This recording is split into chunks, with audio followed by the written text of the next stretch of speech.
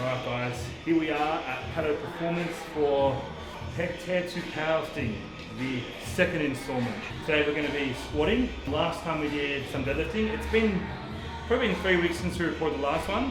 It's been an eventful 3 weeks. If you follow me on Instagram, you know I actually had a quick trip to hospital. I was in hospital for 4 days. I had a cheat meal and I got a food poisoning.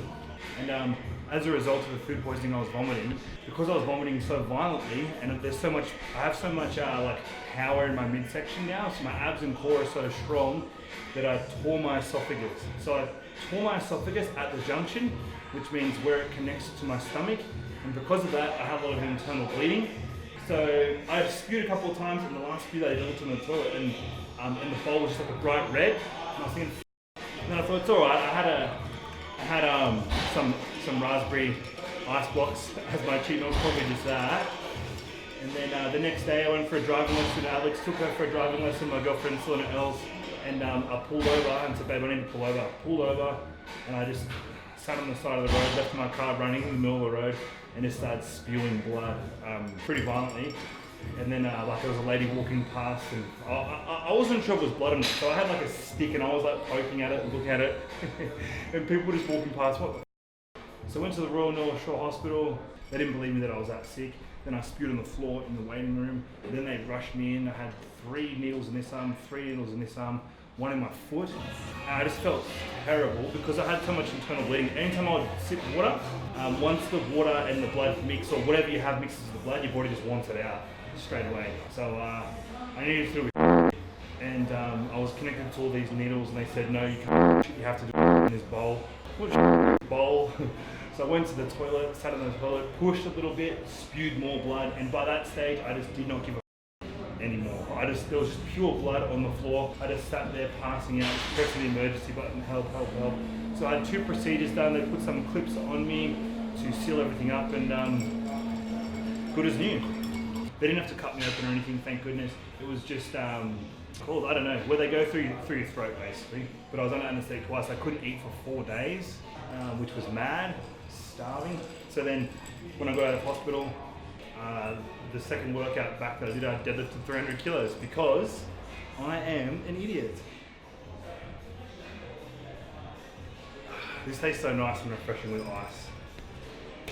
The tropical flavour with ice. I'm sure the apple flavour would taste good with ice too, but tropical, summer, ice, straw. Delicious. So we're going to squat today, work up to a heavy single, and I think there's 4 or 5 weeks left until the powerlifting meet now. So I think the time that I had off actually wasn't that bad because I'd been flogging myself and I hadn't had a rest day for like 3 or 4 weeks. So it forced me to have a few days off, which I actually feel like sort of did me was a bit of a blessing in disguise, the rest time. This Cameron, weightlifting technician. He tells everyone that he's a personal trainer, but he's actually a Croatian assassin. And it's so believable. I'm like Yosemite Sam in the Wild West. I just laugh at him when they. I don't know the technical words for it, fucking whatever. In a powerlifting meet, you use a Monolift to squat, which is a very particular type of lift. You literally just press up the rack flings back, you squat, and someone loads it again.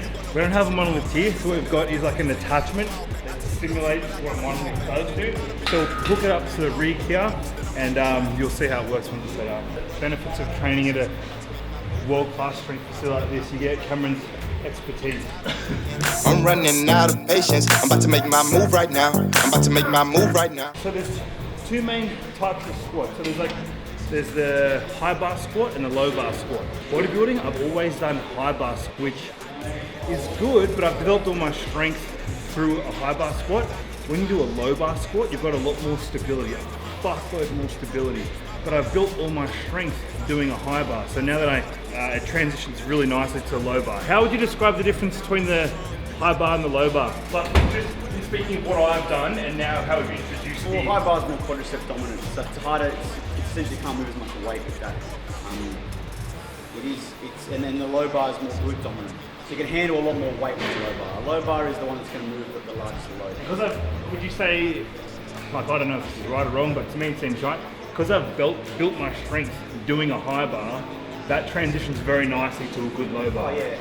When we do high bar squat, it's usually the first phase of all our lifting is high bar because it's the hardest squat. Yeah. It is the hardest squat. It's unforgiving. You got to travel You haven't got further. as much stability. You got to travel further on the way down. It's harder to come up. You got to on the way down. You got to stay more stable. Whereas a low bar, the range of motion is less. We've got knee wraps on the bar sitting lower on our back.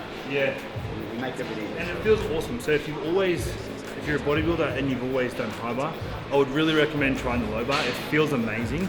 The stability that you get and the power that you can generate, you just feel like a fucking Adonis when you do it. You just feel so much stronger. Yeah, I came up straight from the bottom. Put on the gas, yeah, that's the throttle. I get the Flight mode. When you're heavy lifting, flight mode. lanes in my auto. Get to the bag is my motto. I'm coming up cause I stayed down. Grind so hard I can't slow down. Death was given started from the mud. I wrapped it up and now it's a drum. If you wanna play, count my bluff. I'm not gonna pull it if I ain't gon' bust. I'm making a movie cooking up too. On the freeway I got no proof. I'm nothing but crack, yeah that's true. I'm about to win, don't know about you. Training powerlifting versus training bodybuilding. When I train weights to build muscle, I often come in the gym, I'm very emotional and I channel a lot of emotion and train hard. Which you can do that because it's still heavy weight, but it's not as dangerously heavy with this. It's almost like you need to be absent-minded. It's like you need to come into the gym and just have like, it sounds so silly, but you just have to have like a tranquil, peaceful mind to be able to, because if you get emotional with this, you can really fuck up when you start getting heavy. And that's one of the biggest things. Like, it's totally different. Totally different. It's good, and I recommend everyone that is into weight training go through a period where they do learn how to powerlift and learn how to perform the biggest 3 lifts correctly, and just experience what it's like to go through that mentally as you approach the setup of your workout and approach the heavier sets. It's very different. Racing on a sleepless night. Try to catch me howling at the moon.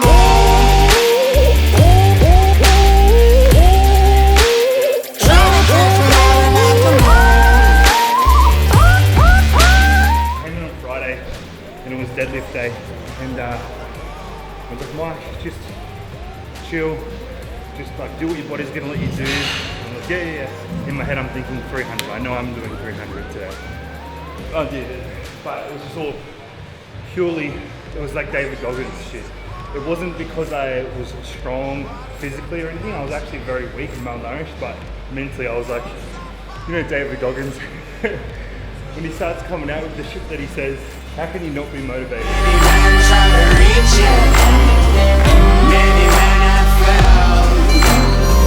You wanna get to heaven, you gotta.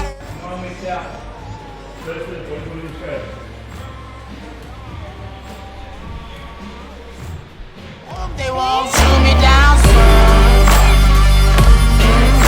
Not getting this much weight on the bar, and you're pulling the bar down and trying to keep everything in position so you're stable, everything starts to hurt. So that's why you need wrist wraps, because you get wrist pain, you get elbow pain. So that's why it's important to use equipment when you squat this heavy. There is actually a condition coined by Sebastian Oreb, who's Cameron's brother. It's called penis elbow, and it's when your elbows hurt so bad that you can feel it in your penis. When the sun rises, when the sun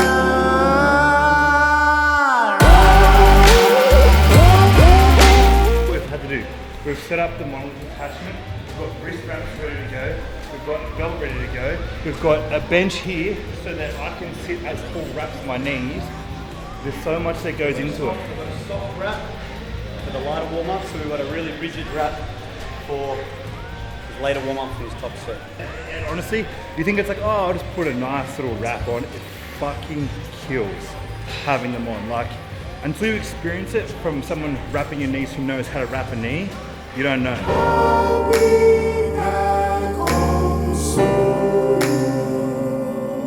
when the sun rises, when the sun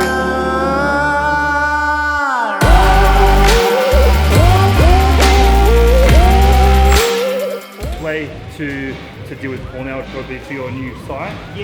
So we're building online at the moment just to allow people to kind of access all that content and see what we do and how to program and whatnot. So that's in the process of coming together now. So that'll probably be a couple of months away. But you know, send us through an email and we can do our best to come. Even just come into the facility, you learn a thing or two. We've got some of the best coaches in the country here, best physios. Yeah, so that's what we specialise in. Just being around in the gym, like you've got Paul, Cam, Munoz, guys that know what the fuck they're doing. So just being here, you're gonna fix it.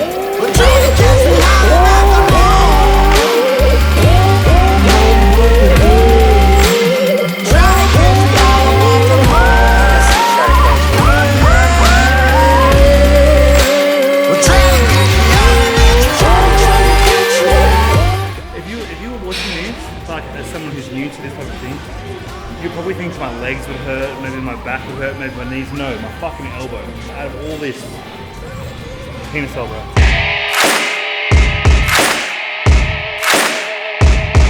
Oh yeah. Yo, let's do this. Now picture homie rolling. When you offer my condolence, you don't know just how I'm doing. And the silence gold, I'm broke cause they know him for talking fluent. Got him under the influence, the truest, talking to him. With a Kanye ego, bumping him out music, I'm eschewing. I just flew in for the day, gonna have to get explicit. I got love for rappers like I do for my fucking ex-bitches. And I got that pass, though, I'm gonna ask permission if I could kick it. Checking the repertoire, I got that rep on par with the best who did it. I just get it how I'm living. Shout out to the ones that with them. Think that I wanted a ransom with ends gold, dog, when I'm in the building. And it kind of ironic, who would've thought that I'd be the hottest? Never came close to being no bitch, but you know Snow was a fucking product. Tell me who won it, not what you want, it's bound to be iconic, baby. It's getting serious. That love and that's 100, checking the proof on it. When I'm in the spot and I catch the feeling, raising the roof on it. You know that we going about the head. Hey, y'all ain't ready. Blaze up the whole damn city. Whoa, whoa, whoa, whoa, whoa, whoa, nah, nah, nah. That's good.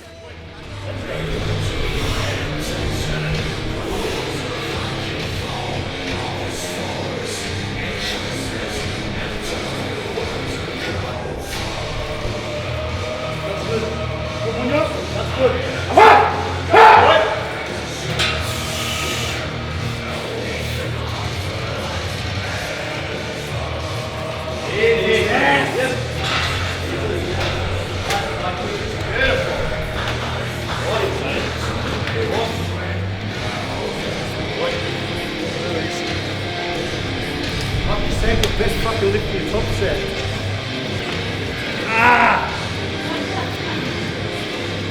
Stoked. 320 PB. Such fast, dude.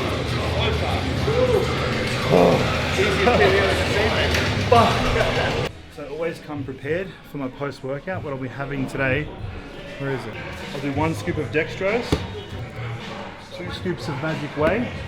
So that's my fast-acting carbohydrate, my fast-acting protein without additive enzymes. And then after I've drunk that, I'll wait 10-20 minutes and I'll have my Bondi meal prep. I'm having the grass-fed rump steak and mash. So super convenient, super easy, grass-fed steak quality.